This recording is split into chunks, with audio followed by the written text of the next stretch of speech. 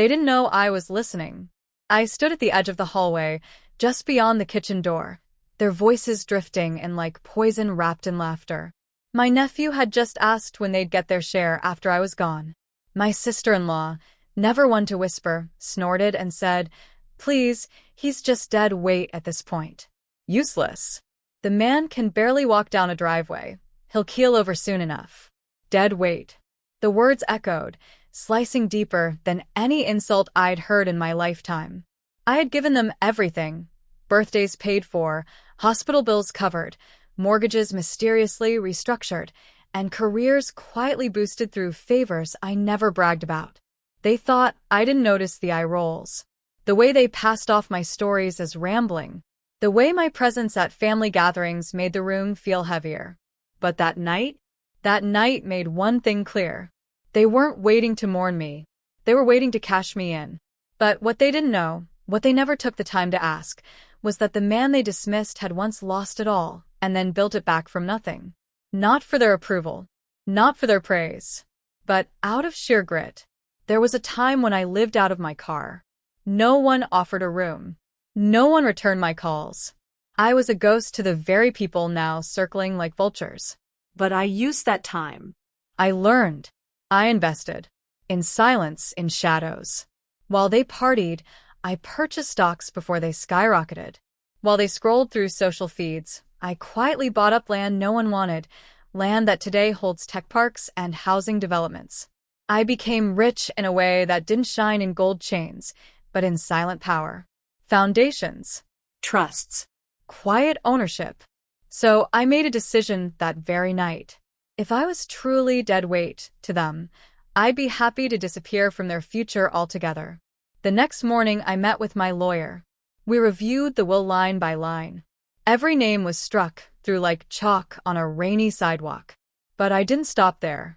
Instead of the family I was born into, I wrote in the people who had shown me kindness when they had nothing to gain, my former nurse, who used to sit with me during long hospital stays just to keep me company. The janitor at my old firm who once found my lost wedding ring and returned it without hesitation. The single mother down the street who brought me soup during the last winter storm, not knowing it was the first hot meal I'd had in days. They became my legacy. But the real twist? I didn't announce it. I let my family believe nothing had changed. For months, they stayed sweet. Visits became more frequent. Calls came every week. Just checking in, they'd say, "All sugar and silk." And I smiled, played the part. I watched them make plans with money they'd never see. Until the day I died.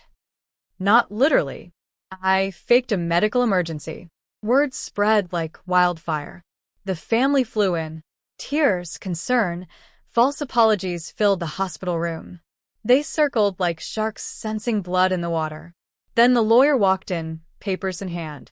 "I thought it best to go ahead and share the contents of the will while he's still here to hear it," he said. Their smiles stiffened. A few exchanged nervous glances. And then, name after name was read aloud. None of them theirs. You could hear the heartbeat monitor beeping like a metronome of karma. The silence that followed was louder than any scream. "But why?" One of them finally whispered, pale and stunned. I turned to face them slowly. "Dead weight doesn't carry legacies," I said softly. "It just gets left behind." The room emptied out not long after. Some stormed out. Others tried to bargain, to plead.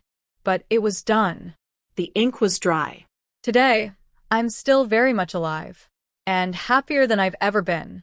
I spend mornings in a modest lakeside cabin, sipping tea, reading letters from people whose lives I've changed, not because I had to, but because I chose to.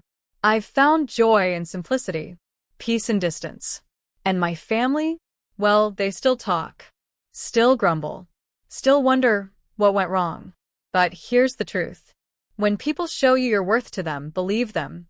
Not everyone deserves to inherit your name, your story, or your fortune, especially not those who weigh you down while waiting for you to disappear. To anyone out there feeling like dead weight, listen closely. You are not a burden. You are not disposable. You are not what they say when they think you're not listening. And when the time comes, may your silence roar louder than their greed.